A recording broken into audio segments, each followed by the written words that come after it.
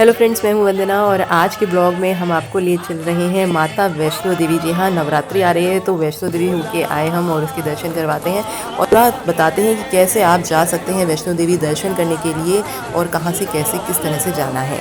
तो सबसे पहले हमारी जो यात्रा शुरू हुई वो नई दिल्ली रेलवे स्टेशन से हुई और यहाँ का वीडियो मैंने इसलिए बनाया कि ताकि मैं आपको जो नया स्काई वॉक बना है वो दिखा सकूं। तो देखिए, ये जो स्काई वॉक बना है इसके थ्रू आप स्टेशन से सीधे मेट्रो स्टेशन तक जा सकते हैं। बहुत ही सुंदर सी लाइट्स लगी हुई हैं साइड्स में दोनों तरफ और बहुत ही अच्छा बनाया है ये रास्ता और बहुत ईजी कर दिया है आपको स्टेशन से मेट्रो स्टेशन तक या मेट्रो स्टेशन से स्टेशन तक आने जाने के लिए।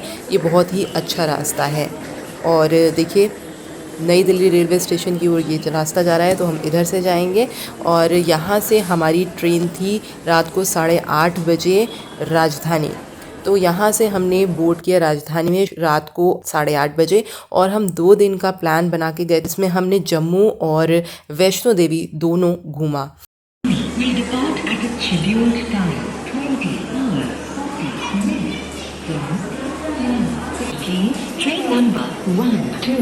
तो दिल्ली से ट्रेन चलते ही हमारा सफ़र शुरू हो गया और मैं अपनी पूरी फैमिली के साथ गई थी और अर्ली मॉर्निंग में हम जम्मू पहुंच गए। और यहाँ पे आपको मैं ये बता दूँ कि आप अपनी आईडी ज़रूर लेके जाइएगा क्योंकि यहाँ से बाहर निकलते टाइम भी आपकी आईडी चेक होगी, तो अपनी आईडी प्रूफ ज़रूर साथ रखिएगा। फाइनली हम पहुँच चुके हैं जम्मू और 5 बजे हैं अभी और नहा धो के सबसे पहले हम पहुँचे बागे वाली माता के मंदिर, बागे भू मंदिर। और यहाँ देखिए कितनी भीड़ है और बहुत सारी शॉपिंग के लिए, प्रसाद के लिए, भगवान को चढ़ाने के लिए, भेंट के लिए बहुत सारी चीज़ें मिल रही थी। और यहाँ पे कैमरा अंदर ले जाना बिल्कुल मना था तो मैं कैमरा नहीं ले जा सकती। सारे मंदिरों में कैमरा मना है। और देखिए, ये यहाँ का एंट्रेंस है और बहुत ही सुंदर मंदिर, बहुत प्यारा। बागे वाली माता का मंदिर मान्यता प्राप्त और बहुत ही प्रसिद्ध मंदिरों में से है और बहुत ही सुंदर है। तो चलिए चलते हैं हम भी अंदर और देखते हैं यहाँ के नज़ारे।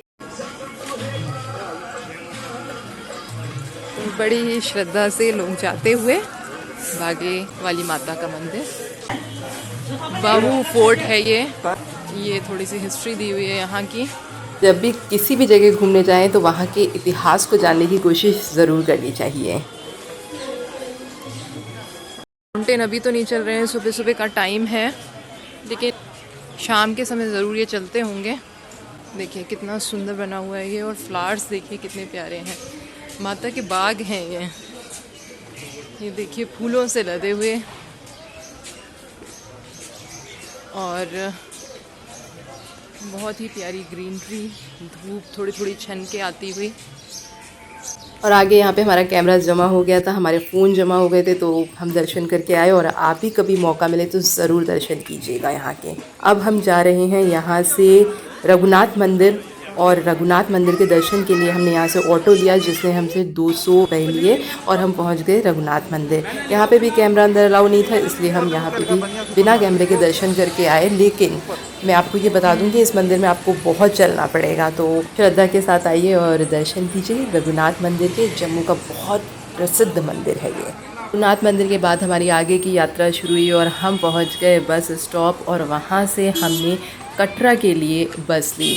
तो यहाँ से कटरा का रास्ता लगभग 50 किलोमीटर है और 1.5 से 2 घंटे का समय लगता है पहुँचने के लिए। रास्ता बहुत सुंदर है, बहुत अच्छा है, एंजॉय करते हुए जाइए। अगर आपको ट्रेन का टिकट मिल गया कटरा तक का और दिन का समय हो तो वो रास्ता सबसे ज़्यादा सुंदर है। भारत के बहुत सारे रेलवे ट्रैक्स में से एक रास्ता वो भी है जो बहुत ब्यूटीफुल है। तो अगर आप सीधे वैष्णो देवी जा रहे हैं, जम्मू आपको नहीं जाना है, तो कटरा तक का टिकट लीजिएगा, जम्मू तक का मत लीजिएगा। और कोशिश कीजिएगा कि सुबह या दिन के टाइम आपकी ट्रेन वहाँ पे हो जिससे आप वहाँ के नज़ारों का मज़ा ले सकें।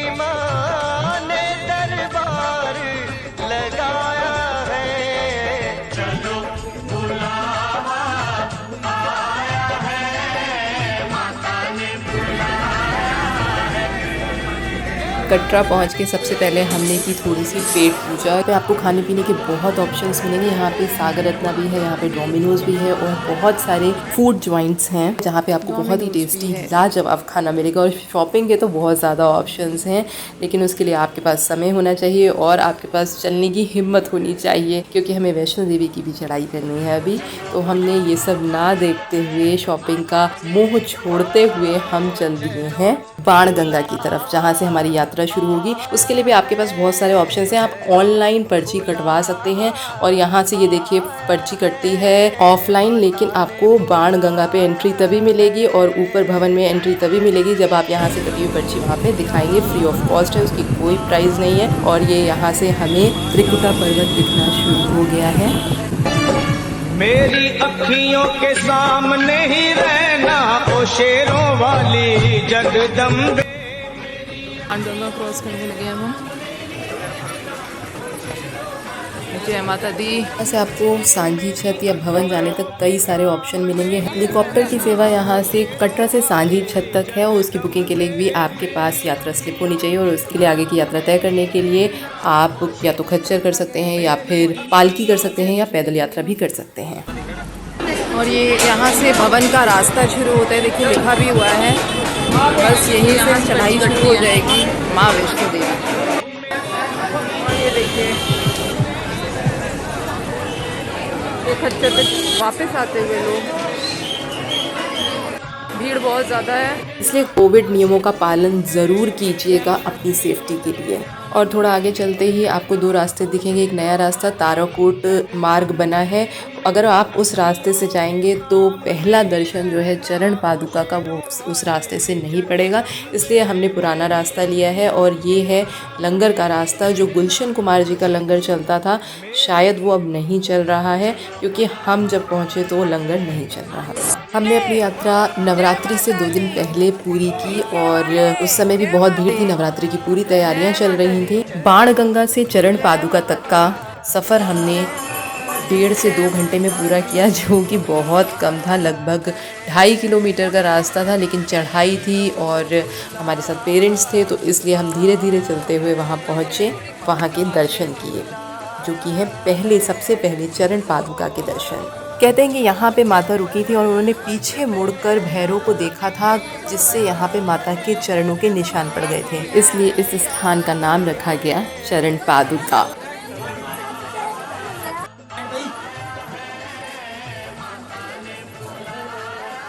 और ऊपर से कटरा शहर जगमगाता हुआ बहुत ही प्यारा दिख रहा था। ऐसे लग रहा था कि पता नहीं कितने दियों से ये जगमगा रहा है। अगला पड़ाव था आदकवारी माता के दर्शन करना, जो चरण पादुका से 3 किलोमीटर है। और यहाँ पे भी बहुत भीड़ थी। रात को 9-10 बज रहे थे। ऊपर जो आपको ब्लू लाइट दिख रही है वो है आदकवारी भवन। दुकान है, यहाँ से कुछ भी आप खरीद के खा पी सकते हैं। यहाँ पे श्राइन बोर्ड ने जगह जगह भोजनालय बनाए हुए हैं, जो बहुत ही सस्ते हैं और बहुत ही अच्छा वहाँ पे भोजन मिलता है। तो आप वहाँ से भी लेके खाना खा सकते हैं, जो बहुत ही टेस्टी होता है। सागर रत्ना, यहाँ पे भी हम जाएंगे भोजनालय, वैष्णव भोजनालय, श्राइन बोर्ड का भोजनालय। यहाँ पे दर्शन के लिए आपको अलग से पर्ची कटवानी पड़ती है। भीड़ देखिए, और हमारा नंबर पता नहीं कब आएगा, तो अपने खाने पीने का इंतज़ाम पहले करते हैं।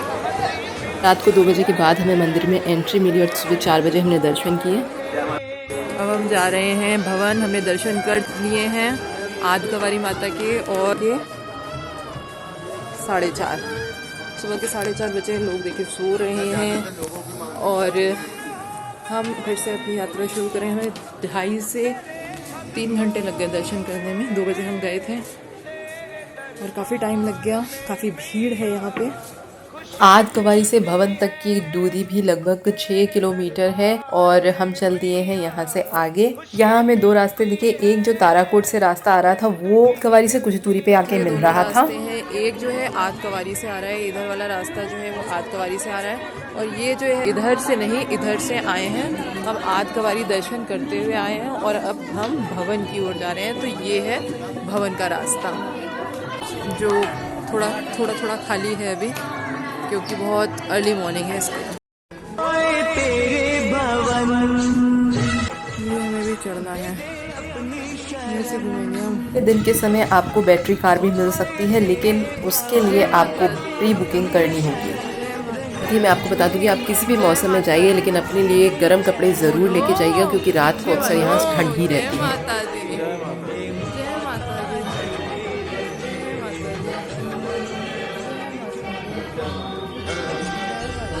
4:30 बजे से हम लगातार चल रहे थे और थोड़ा थोड़ा दिन निकलना शुरू हो गया था। बीच में कुछ 4-5 मिनट का ब्रेक लेके हमने दोबारा चलना शुरू किया था। और देखिए, कुछ ये भवन जैसा हमें लग तो रहा था, लेकिन ये भवन नहीं था।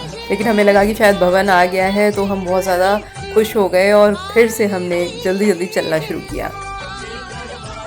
और लगभग 7-7:30 बजे के आसपास हम भवन पहुँच गए। भवन, माता का भवन और ऊपर भैरव जी की चढ़ाई। लेकिन हमारा अभी थोड़ा सा रास्ता बाकी है, थोड़ा सा रह गया बिल्कुल। लेकिन और माता के भवन से काफ़ी पहले ही ये भेंट शॉप यानी प्रसाद की शॉप है, जहाँ पे रेट्स लिखे हुए हैं। आप अपने अकॉर्डिंग यहाँ से प्रसाद ले सकते हैं। और लॉकर रूम भी है, जहाँ आप अपना सामान डिपॉजिट कर सकते हैं, अपना फ़ोन भी रख सकते हैं, क्योंकि फ़ोन भी अंदर ले जाने की इजाज़त नहीं है। और यहाँ मैंने एक न्यूली मैरिड कपल से भी बात की। माता दी, इस समय हमारे साथ एक बहुत प्यारा सा कपल है और न्यूली मैरिड कपल है, तो उनसे पूछते हैं ये वैष्णो देवी आए हैं, तो वो पहली बार आए हैं या पहले आ चुके हैं? पहले भी आ चुके हैं, जस्ट मैडम हमारे साथ फर्स्ट टाइम। अच्छा, और आप फर्स्ट टाइम आए हैं, तो आपको कैसा लग रहा है? दर्शन हुए अभी नहीं? दर्शन करने जा रही हैं, तो चलिए आपको बहुत बहुत बधाई हो दोनों को और बहुत खुश रहिए। माता रानी आप पे कृपा बनाए रखे। जय माता दी। यहाँ से आगे बढ़ने पर आपको आराम करने के लिए डॉर्मेट्री और खाने पीने के लिए श्राइन बोर्ड की तरफ से ही किया गया इंतज़ाम मिल जाएगा, जो बहुत ही सस्ता है। और ये लाइन जो है जा रही है भवन पे दर्शन करने के लिए। पहाड़ों के बीच ये सुंदर तीर्थ स्थान आपको ताजगी से और खुशी से भर देगा। और भक्ति भाव तो होता ही है जब हम देवी के दर्शन करने जाते हैं। तो आप यहाँ साल में किसी भी समय आ सकते हैं दर्शन करने, हमेशा आपको भीड़ यहाँ पे मिलेगी और बहुत अच्छा एक अनुभव आप यहाँ से लेके जाएंगे। माता वैष्णो देवी के दर्शन के बाद भैरव जी का दर्शन करना ज़रूरी होता है, उसके बिना दर्शन अधूरे माने जाते हैं। रोपवे से हम भैरव जी जा रहे हैं। यहाँ पे बहुत ज़्यादा भीड़ है, लेकिन ये बहुत इजी वे है। टाइम हमें उतना ही लगा जितना हमें पैदल जाने में लगता, लेकिन हमारी एनर्जी ज़रूर इसमें सेव हुई। और यहाँ से भवन के नज़ारे देख के हम खुश हो रहे थे। ये हमारी टीम बाबा जी मार हटाते रोपवे के लिए आपको यहाँ से टिकट लेना पड़ेगा, जो 100 रुपये का है। और आने जाने का दोनों का टिकट उसी में इंक्लूड है। और ये जो है ट्रॉली आ रही है, इसी ट्रॉली से हम जाएंगे और बहुत ही सुंदर नज़ारों का मज़ा लेते हुए हम भैरव जी जाएंगे। ट्रॉली की सर्विस भी दिन के समय ही आपको मिलेगी। सुबह 9 बजे से शाम 5 बजे तक ये ट्रॉली चलती है। और दिन के समय अगर आप वहाँ होते हैं तो आपके लिए भैरव जी जाना बहुत इजी हो जाएगा। और भैरव जी से वापस आते समय हमें काफ़ी टाइम हो चुका था, दोपहर के 2-2:30 बज चुके थे। तो हमने भवन के आसपास जो फूड जॉइंट्स थे उन्हीं पे खाना खाया और फिर हमने अपनी नीचे उतरने की यात्रा शुरू की, यानी हमने वापसी का रास्ता पकड़ा। और वापस आते टाइम क्योंकि चढ़ाई नहीं होती है, इसलिए नीचे उतरना थोड़ा इजी होता है, लेकिन पैरों की हालत बहुत ख़राब हो चुकी थी, बहुत थक चुके थे। इसलिए हम 3 बजे नीचे उतरना शुरू हुए थे और हमें नीचे उतरने में रात के 9 बज गए और हमारी 11 बजे की वापसी की ट्रेन थी। तो हम सीधे वहाँ से स्टेशन गए और अपनी ट्रेन में बैठ के वापस दिल्ली का सफ़र तय किया। 2 दिन में वैष्णो देवी की यात्रा कर सकते हैं दिल्ली से। और नवरात्रि आ रहे हैं, तो आप सबको नवरात्रि की बहुत शुभकामनाएं। मैं मिलूंगी अगले ब्लॉग में, तब तक के लिए जय माता दी।